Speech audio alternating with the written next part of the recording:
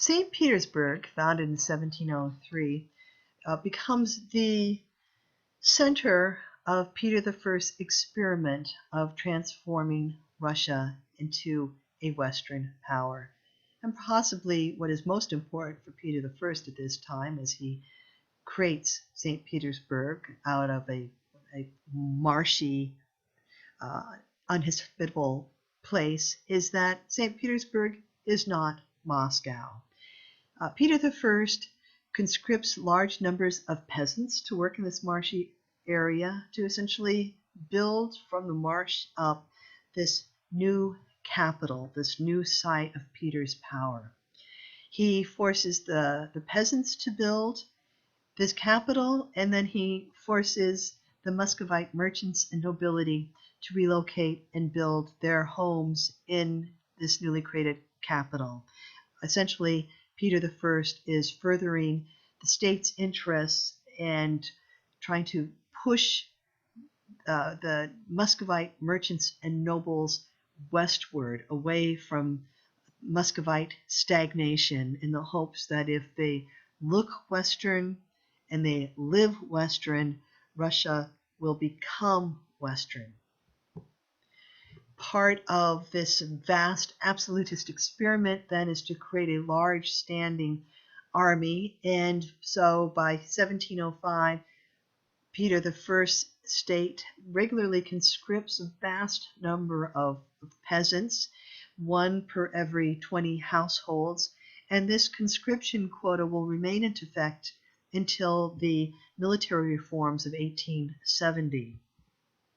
Besides the conscription into labor, such as working to build the capital St. Petersburg or becoming soldiers, peasants were also required to go and build in other areas in this new Petrin world.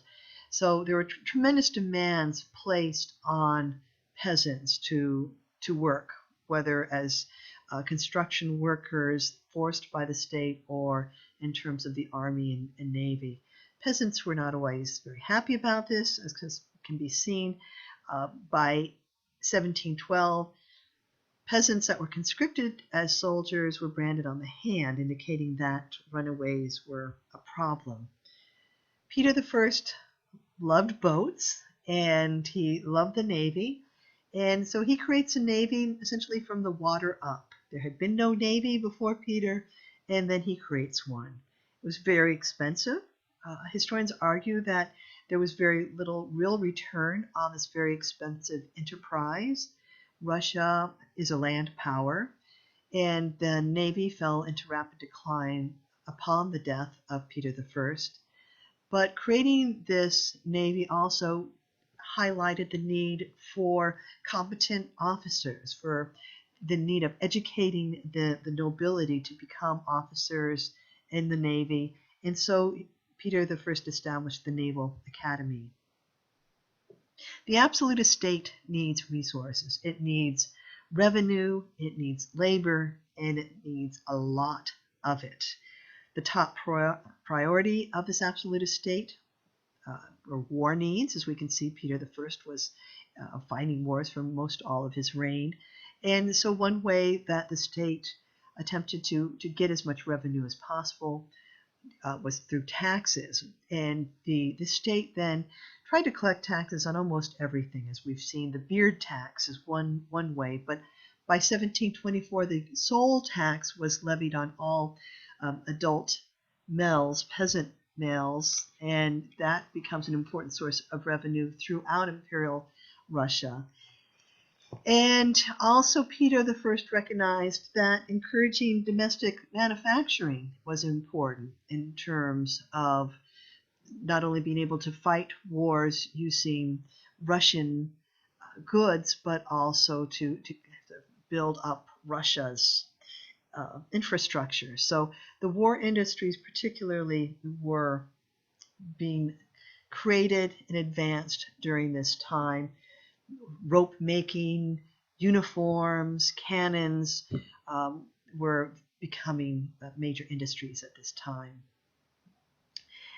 Ultimately, society was forced to meet the needs of the state, and the state had many needs. It needed men to work, to build the capital or these uh, manufacturing enterprises, to fight the wars, to be in the Navy. But also, Peter I needed educated men to oversee his transformation of Russia. So he turned to the nobility, the noble sons, and required the nobles to serve the state and serve the state through ways that they had not been used to serving previously. The elites were forced to get an education, such as the 1714 decree on compulsory education of Russian nobility. And ultimately, if a Russian noble's son did not become educated, he could not marry. He could not essentially reach maturity. The nobility then were, like the peasants, being forced to serve the state. Granted, maybe their service was a little more pleasant. Some historians argue that the advancement of education under Peter the First was a really important change from the Muscovite lack of education and the very low levels of literacy. Clearly, increasing literacy was a must, and Peter the First needed technicians, architects, engineers to build Russia, to remake Russia. And so he stressed practical subjects, and particularly stressed things like mapping and science and navigation and exploration. And science rather than theology would be the focus of Peter's new Russia's education. And in terms of service, Peter the First also reorganizes how the nobles will see their status vis-a-vis the state. He creates the table of ranks in 1722, where rank is based on service rather than based on family lineage. And so, again, it reinforces this notion of a universal service state and that all must serve the state to be able to be recognized.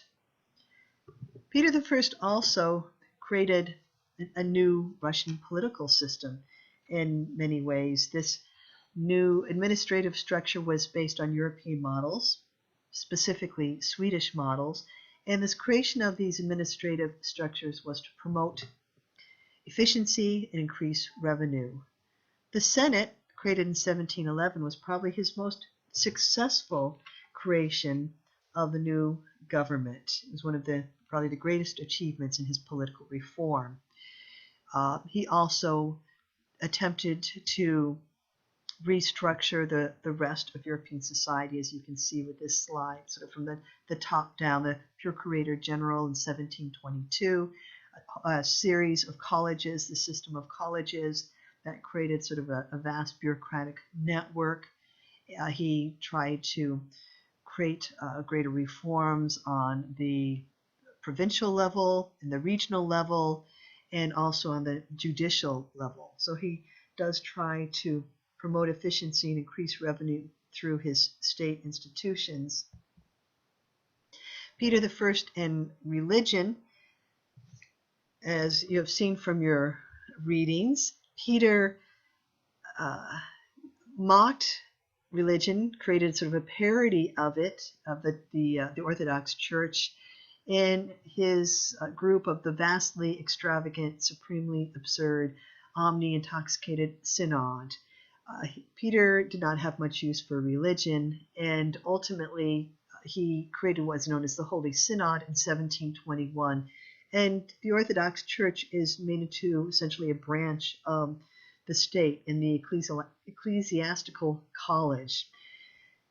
If you remember, Orthodoxy is very important to Russian society, particularly the traditional elements, and this will become a focal point of opposition.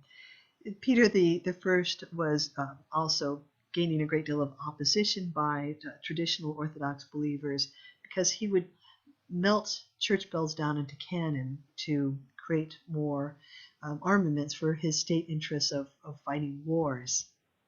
So absolutism meets resistance. And you can probably see why there would be quite a bit of opposition by traditional elements, people that don't necessarily want to go along with this transformation of Russia into a westernized European power. And Peter I destroys the opposition. There may be resistance, but in the end, the state is stronger, and the state triumphs in the creation of a universal service state, a state that demands more money, more work, more taxes. So even though there are various responses, including peasant flight and resistance, Cossack rebellions, there's protests of the high taxes, the conscription of labor, and also the fear of foreigners during Peter I's reforms. Peasants and Cossacks and Streltsy Old Believers resist through the Astrakhan Rebellion or peasant revolts, and they're crushed. This is a wonderful sort of image of the idea that when the cat's away, the mice will play, and the fear that the state had that if the cat, the state, wasn't paying attention, that the mice would be up to no good. So the state was always concerned about this popular resistance and opposition to its policies and was quick to crush it. The question of succession, as we've seen, it's a sad tale, a tragic tale. Ultimately, what Peter I had hoped to happen, the succession of the Tsarevich Peter Petrovich, does not happen. Peter Petrovich dies in 1719, and he's essentially left without an heir to the throne. Peter I was not willing to have his son from his first marriage, Alexei, become the ruler. It's a very sad chapter, but ultimately Alexei dies in 1718.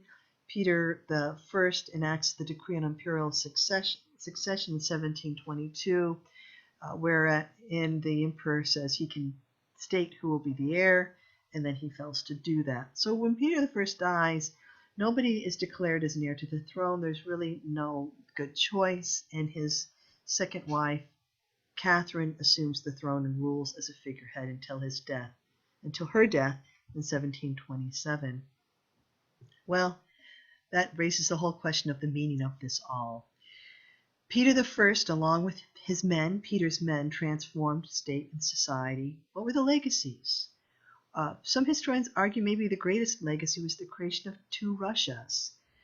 There's also the big question that is debated henceforth of did Peter I sort of lead Russia down a deviant path, or did Peter I set Russia on the right path? Well, one way to look at all of this is that forcing a society to change is maybe like pulling teeth, and even when it may be necessary, it's still painful and traumatic. And maybe something is always lost, even while something is gained. So consider, when you are thinking about Peter the Great, what to make of his transformation of Russian society. What are the costs and consequences, the balance sheet of it all?